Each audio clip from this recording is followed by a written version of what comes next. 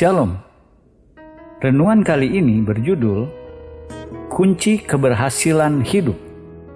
Bagian pertama, oleh Evangelis Lokamanya Prawiro. Keputusan-keputusan kita yang diinspirasi Alkitab menyebabkan kita mengalami kualitas hidup yang lebih baik.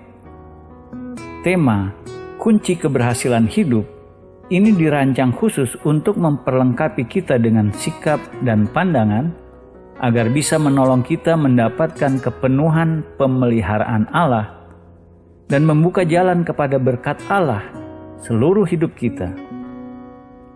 Semuanya bergantung pada dua faktor, sikap kita dan pandangan kita, sementara kita melangkah masuk ke dalam seluruh rencana Allah. Jadi, keputusan kita menentukan sikap kita. Sikap kita pada gilirannya menentukan pendekatan kita pada situasi apa saja, dan pendekatan kita pada situasi menentukan hasilnya. Jadi, urutannya, keputusan menentukan sikap, sikap menentukan pendekatan, pendekatan menentukan hasilnya. Kata Ibrani Perjanjian Baru memberi kita pernyataan-pernyataan penting yang menunjukkan kepada kita jalan menuju keberhasilan apapun situasi yang kita hadapi. Pernyataan-pernyataan itu menonjol karena setiap pernyataan dimulai dengan frasa baiklah atau marilah. Dalam surat kepada orang-orang percaya Ibrani dalam bahasa aslinya Yunani ada 12 kalimat baiklah atau marilah. 12 kunci keberhasilan hidup. Kunci ini didaftar sesuai urutannya dalam kitab Ibrani. Kunci pertama, baiklah, kita waspada. Kunci kedua, baiklah, kita berusaha. Kunci ketiga, baiklah, kita teguh berpegang pada pengakuan iman kita. Kunci keempat, marilah kita dengan penuh keberanian menghampiri takhta kasih karunia. Kunci kelima, marilah kita beralih kepada perkembangannya yang penuh. Kunci keenam, marilah kita menghadap Allah dengan hati yang tulus ikhlas. Kunci ketujuh, marilah kita teguh berpegang pada pengakuan tentang pengharapan kita. Kunci kedelapan, marilah kita saling memperhatikan. Kunci kesembilan, marilah kita berlomba dengan tekun dalam perlombaan yang diwajibkan bagi kita. Kunci kesepuluh, marilah kita mengucap syukur. Kunci kesebelas, marilah kita pergi kepadanya. Kunci ke-12, marilah kita oleh Dia senantiasa mempersembahkan korban syukur kepada Allah. Makna frasa yang digunakan pada awal setiap kunci, baiklah kita atau marilah kita, memberi kita dua konsep spesifik. Pertama, menunjukkan sebuah keputusan. Kedua, keputusan dalam bentuk jamak. Tidak pernah baiklah saya atau saya akan. Selalu baiklah kita. Ini mengindikasi bukan hanya kita perlu membuat keputusan-keputusan benar, namun juga kita mendapatkan faedah besar ketika orang-orang percaya membuat keputusan-keputusan bersama. Roh Kudus menekankan ini dengan cara khusus kepada umat Allah pada zaman itu dalam sejarah dunia. Kita tidak independen, unit-unit otonom menjalankan kehidupan sendiri tanpa mempedulikan sesama orang-orang percaya. Sebaliknya, kita bergantung satu sama lain. Jika kita ingin berhasil memenuhi tujuan-tujuan Allah, kita harus melakukannya bersama-sama. Kita tidak bisa melakukannya secara terpisah sebagai individual. Dalam Efesus 4, Paulus berbicara mengenai pelayanan-pelayanan yang Tuhan sudah tetapkan dalam gerejanya untuk berbagai tujuan dasar, seperti membangun tubuh Kristus, menyempurnakan atau mendewasakan orang-orang kudus, dan lain sebagainya. Dalam ayat 13, Paulus menyimpulkan tujuan-tujuan pelayanan-pelayanan ini sampai kita semua telah mencapai kesatuan iman dan pengetahuan yang benar tentang anak Allah, kedewasaan penuh, dan tingkat pertumbuhan yang sesuai dengan kepenuhan Kristus. Dalam hubungan yang sama, dengan referensi pada Yesus Kristus, Paulus berkata dalam ayat 16, "Daripadanya lah," atau Kristus, "seluruh tubuh yang rapi tersusun dan diikat menjadi satu oleh pelayanan semua bagiannya, sesuai dengan kadar pekerjaan tiap-tiap anggota, menerima pertumbuhannya dan membangun dirinya dalam kasih." Perhatikan penekanan dalam kedua ayat itu pada kolektif ketimbang individual. Berbicara mengenai kesatuan iman dan pengetahuan yang benar tentang anak Allah dan kedewasaan penuh, Paulus menggunakan kata-kata "kita semua". Sampai kita semua telah mencapai kesatuan iman dan pengetahuan yang benar tentang anak Allah, kedewasaan penuh, dan tingkat pertumbuhan yang sesuai dengan kepenuhan Kristus. Implikasinya jelas, kita tidak akan melakukan ini sendiri. Kita bergantung pada saudara-saudara seiman. Jadi keputusan yang kita buat bukan individualistik, langkah-langkah yang berpusat pada diri sendiri mengenai apa yang saya akan lakukan. Sebaliknya, keputusan-keputusan yang berdampak pada saudara-saudara seiman, baiklah kita atau marilah kita. Kita melihat prinsip ini dengan jelas dalam ayat 16, di mana Paulus menunjukkan bagaimana kita bergantung satu sama lain. Seluruh tubuh adalah satu unit, tersusun dan diikat menjadi satu oleh pelayanan semua bagiannya. Hanya sesuai dengan kadar pekerjaan tiap-tiap anggota, menerima pertumbuhannya dan membangun dirinya dalam kasih.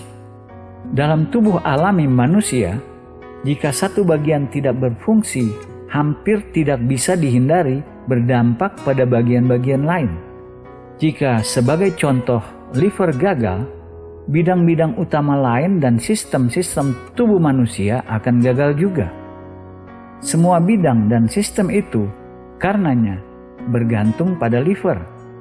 Dengan cara yang sama, kita sebagai orang Kristen bergantung satu sama lain.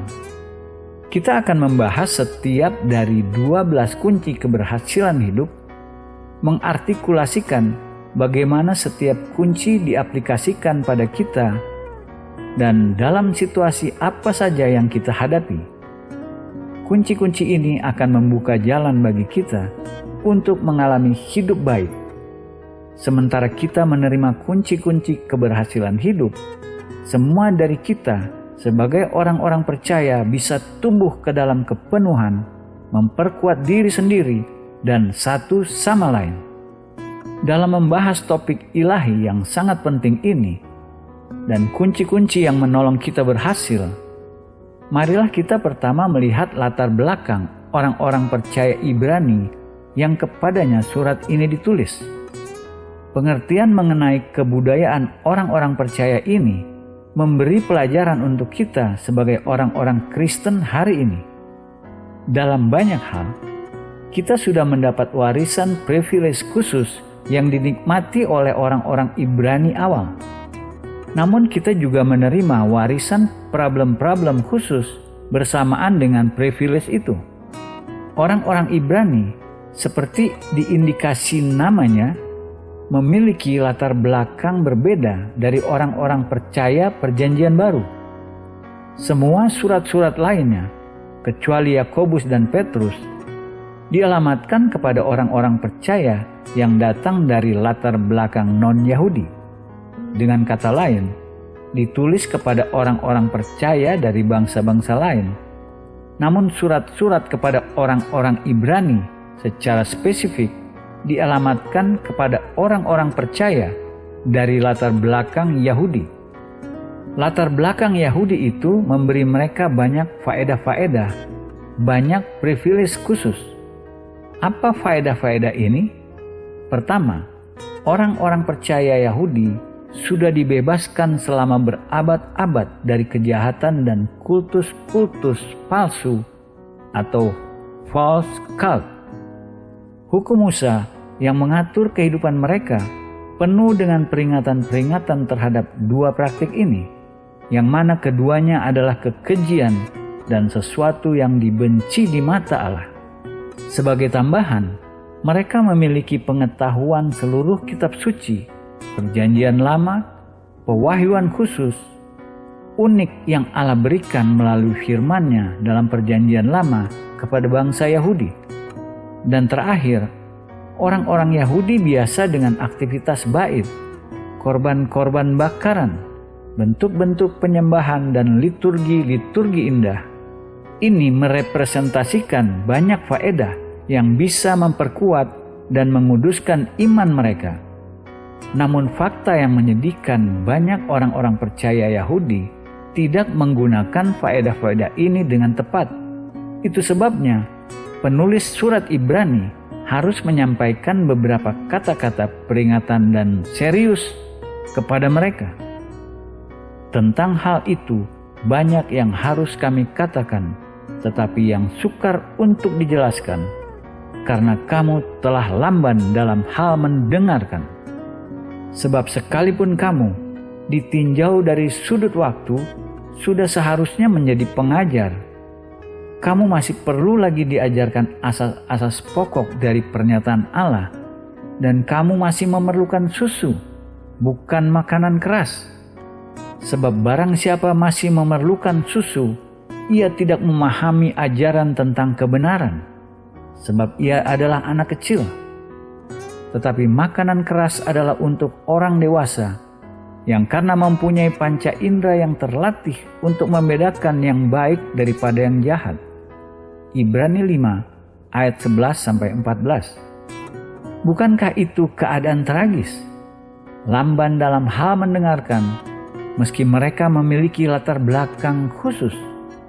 Kondisi yang digambarkan dalam ayat-ayat ini adalah tragedi pertumbuhan spiritual yang tertahan.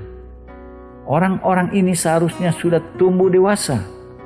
Sebaliknya, mereka masih bayi rohani, tidak bisa makan lebih dari susu.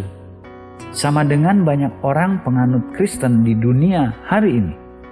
Orang-orang Ibrani dalam kondisi seperti itu karena mereka gagal melakukan apa yang penulis kitab Ibrani katakan. Mereka belum melatih diri untuk membedakan kebaikan dari kejahatan. Mereka belum mengaplikasikan diri mereka pada pembelajaran kitab suci. Mereka belum memberi prioritas cukup untuk kemajuan spiritual dalam kehidupan mereka. Akibat kondisi ini, surat kepada orang-orang Ibrani mengandung peringatan-peringatan serius bahaya menjadi murtad dibanding kitab lain dalam perjanjian baru. Itu fakta luar biasa. Berikut 5 kutipan singkat dari 5 nas berbeda dalam Ibrani yang mengandung peringatan-peringatan serius ini. Karena itu harus lebih teliti kita memperhatikan apa yang telah kita dengar, supaya kita jangan hanyut di bawah arus. Sebab kalau firman yang dikatakan dengan perantaran malaikat-malaikat tetap berlaku, dan setiap pelanggaran dan ketidaktaatan mendapat balasan setimpal, bagaimanakah kita akan luput? Jikalau kita menyia-nyiakan keselamatan yang sebesar itu. Ibrani 2 ayat 1-3. Dua bahaya yang disebut di situ, hanyut dan menyia-nyiakan. Peringatan kedua ditemukan dalam Ibrani 3. Waspadalah hai saudara-saudara, supaya di antara kamu jangan terdapat seorang yang hatinya jahat dan yang tidak percaya oleh karena ia murtad dari Allah yang hidup. Ibrani 3 ayat 12. Bahaya besar di sini adalah ketidakpercayaan. Selanjutnya kita melihat peringatan ketiga, agar kamu jangan menjadi lamban atau malas, tetapi menjadi penurut-penurut mereka yang oleh iman dan kesabaran mendapat bagian dalam apa yang dijanjikan Allah. Ibrani 6 ayat 12. Bahaya di sini, kemalasan spiritual. Berikut peringatan keempat. Sebab itu, janganlah kamu melepaskan kepercayaanmu, karena besar upahmu yang menantinya. Sebab kamu memerlukan ketekunan, supaya sesudah kamu melakukan kehendak Allah, kamu memperoleh apa yang dijanjikan itu. Ibrani 10 ayat 35-36. Bahaya di sini adalah melepaskan kepercayaan, tidak bertahan. Peringatan terakhir, jagalah supaya kamu jangan menolak Dia yang berfirman. Sebab jikalau mereka yang menolak Dia yang menyampaikan firman Allah di bumi tidak luput, apalagi kita, jika kita berpaling dari Dia yang berbicara dari surga.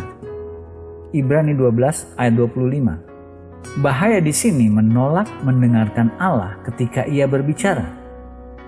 Benar bahwa orang-orang yang sudah menerima privilege spiritual harus diperingatkan mengenai bahaya-bahaya mengerikan ini.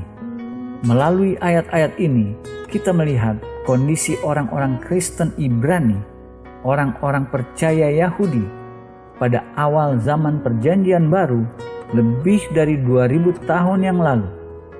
Hari ini, dalam arti tertentu, keadaan ini masih terus berlangsung. Bukan lagi orang-orang percaya Yahudi berada dalam bahaya, melainkan orang-orang percaya dari latar belakang non-Yahudi, orang-orang Kristen dari bangsa-bangsa lain. Ini adalah orang-orang yang sudah dilahirkan kembali dalam gereja Kristen. Mereka orang-orang yang secara otomatis menyebut diri mereka Kristen tanpa mempertimbangkan apa artinya itu. Lihat faktanya bahwa banyak orang-orang penganut Kristen hari ini menikmati privilege yang sama seperti dinikmati orang-orang Kristen Ibrani mula-mula. Pertama, mereka sudah dibebaskan dari pemujaan berhala. Itu betul mengenai banyaknya orang-orang penganut Kristen. Mereka tidak melakukan pemujaan berhala dengan sengaja. Kedua, orang-orang percaya Ibrani tidak memiliki pengetahuan tentang kitab suci. Itu juga benar dengan banyak orang penganut Kristen hari ini. Meski dalam batas tertentu, mereka mengetahui kitab suci, Perjanjian Lama dan Perjanjian Baru. Ketiga, orang-orang percaya Ibrani biasa dengan ibadah-ibadah di bait. Banyak orang Kristen yang juga biasa dengan ibadah-ibadah gereja, terminologi agamawi, bentuk-bentuk doa, dan upacara-upacara, semua yang kemungkinan mengandung di dalamnya permata kebenaran spiritual. Namun satu fakta sedih, sesuai peribahasa, sering sekali mengetahui tata cara agamawi begitu baik sehingga menyebabkan berkurangnya rasa hormat padanya. Kita menjadi begitu biasa dengan praktik-praktik ritual sehingga menganggapnya sesuatu yang sudah biasa. Memang sudah seharusnya begitu. Kita gagal mengapresiasi apa yang tersedia untuk kita. Ini artinya kita membutuhkan peringatan-peringatan sama seperti yang diterima orang-orang percaya Ibrani. Peringatan terhadap hanyut, sembrono, menjadi malas, menganggap ringan kasih karunia Allah, dan memperlakukan privilege sesuatu yang sudah biasa padahal sesungguhnya berharga dan penting. Gambaran ini dalam Ibrani tampak menyolok seperti terjadi di antara banyak sekali orang-orang penganut Kristen. Apakah ini gambaran kita? Jika iya, kita harus memperbaiki dengan cara yang sama seperti orang-orang Kristen Ibrani. Itu sebabnya dalam suratnya dalam kitab Ibrani, kita memiliki frasa baiklah atau marilah 12 kali. 12 frasa baiklah dan marilah memperbaiki kondisi spiritual orang-orang percaya, khususnya problem orang-orang Kristen Ibrani, di mana melalui warisan, problem khusus itu dialami oleh banyak sekali orang penganut Kristen hari ini.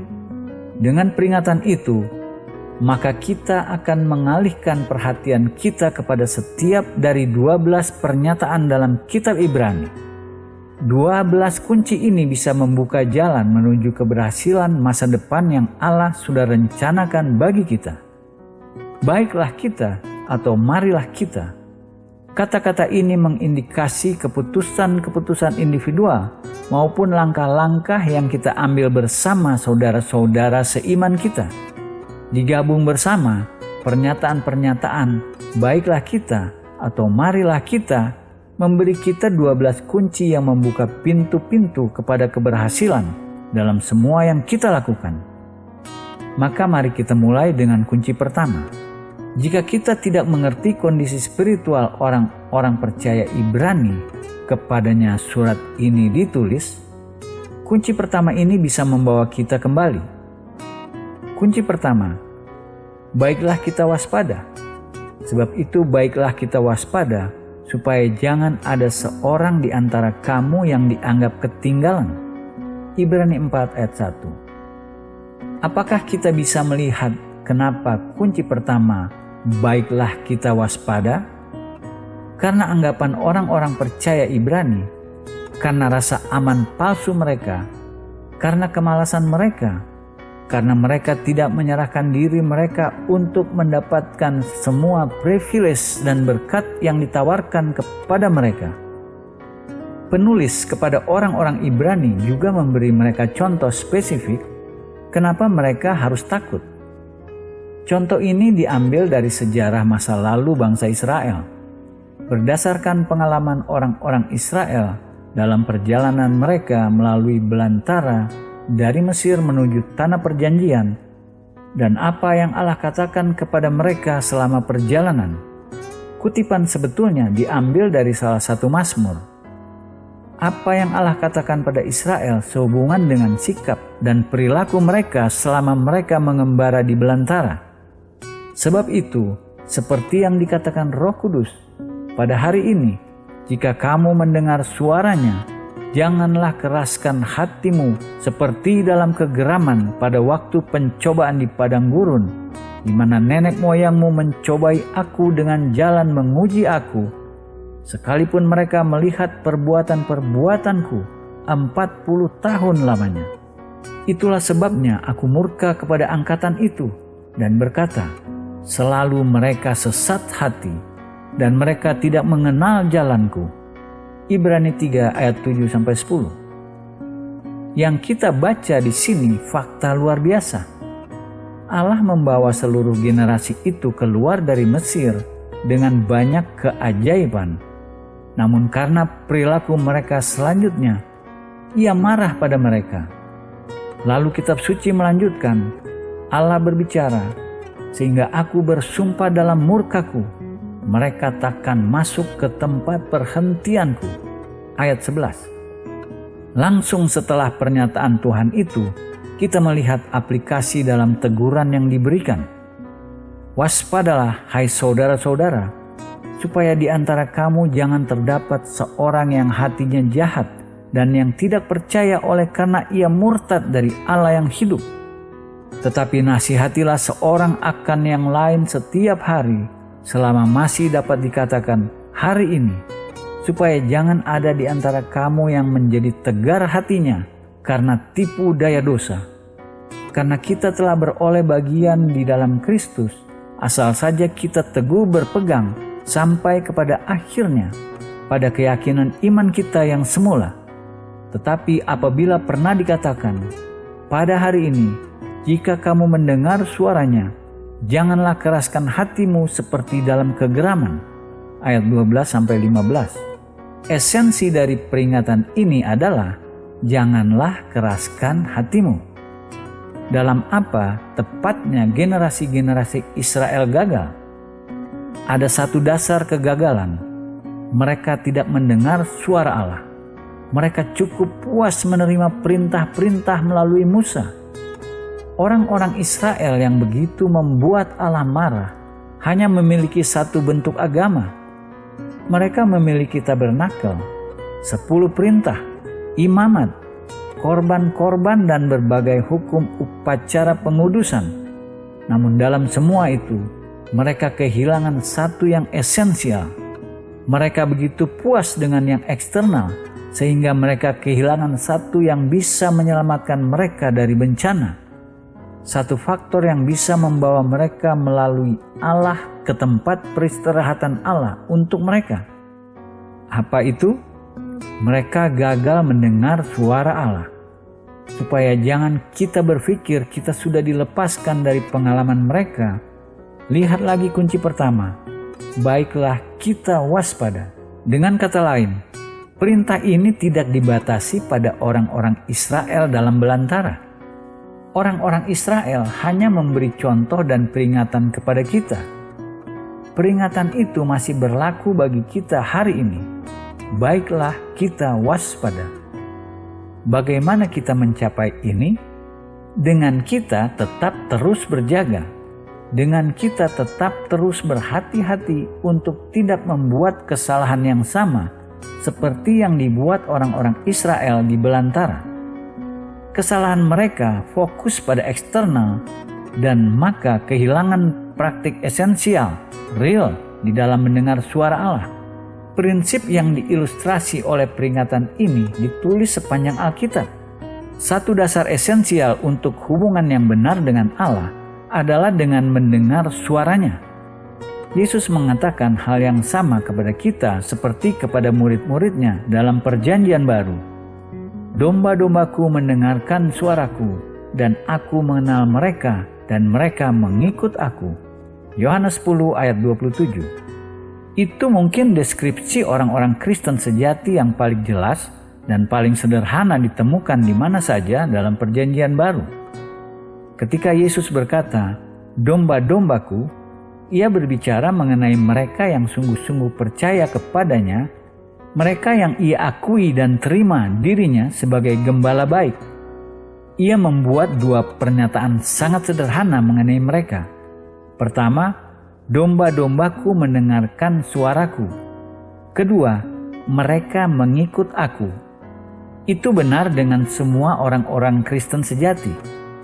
Mereka mendengar suara Tuhan dan mereka mengikutinya. Tidak mungkin mengikuti Tuhan jika kita tidak mendengar suaranya. Pola yang Yesus beri dari gembala di zaman kuno dan dombanya jelas. Domba mengikuti gembala karena mereka mendengar suaranya. Jika mereka tidak mendengar suaranya, mereka tidak bisa mengikutinya. Elemen esensial, maka, adalah mendengar suara Yesus dan mengikutinya. Menyatakannya dengan cara lain, bahaya membuat kesalahan yang sama seperti yang dibuat orang-orang Israel dalam belantara. Apa kesalahan itu? Mengikat perhatian atau preokupasi dengan yang eksternal, dengan agama, upacara-upacara, dan hukum-hukum. Namun kehilangan dasar, komponen esensial di dalam mendengar suara Tuhan. Kita harus mempertimbangkan pentingnya belajar mendengar suara Tuhan. Ini tidak berarti kita belajar seperangkat peraturan-peraturan agamawi. Bahkan tidak berarti kita membaca Alkitab setiap hari, meski baik. Tidak berarti kita mengucapkan doa setiap hari, meski itu juga baik. Mendengar suara Tuhan berarti memiliki hubungan intim, hubungan pribadi dengan Tuhan di mana Ia bisa berbicara langsung kepada kita dan secara pribadi, apakah melalui Alkitab atau beberapa cara lain. Yesus tidak pernah berkata, domba-dombaku membaca Alkitab. Kebiasaan yang baik membaca Alkitab jika kita mendengar suara Tuhan. Namun banyak orang membaca Alkitab tanpa mendengar suara Tuhan. Mereka kehilangan faktor esensial. Jika kita mulai menggunakan kunci pertama, kita akan menjadi orang yang lebih baik pada saat kita sudah belajar bagaimana menggunakan semua 12 kunci. Baiklah kita waspada saudara-saudara, membuat kesalahan sama yang dibuat Israel. Marilah kita mengkultivasi praktik mendengar suara Tuhan. Amin. Demikian bagian yang pertama.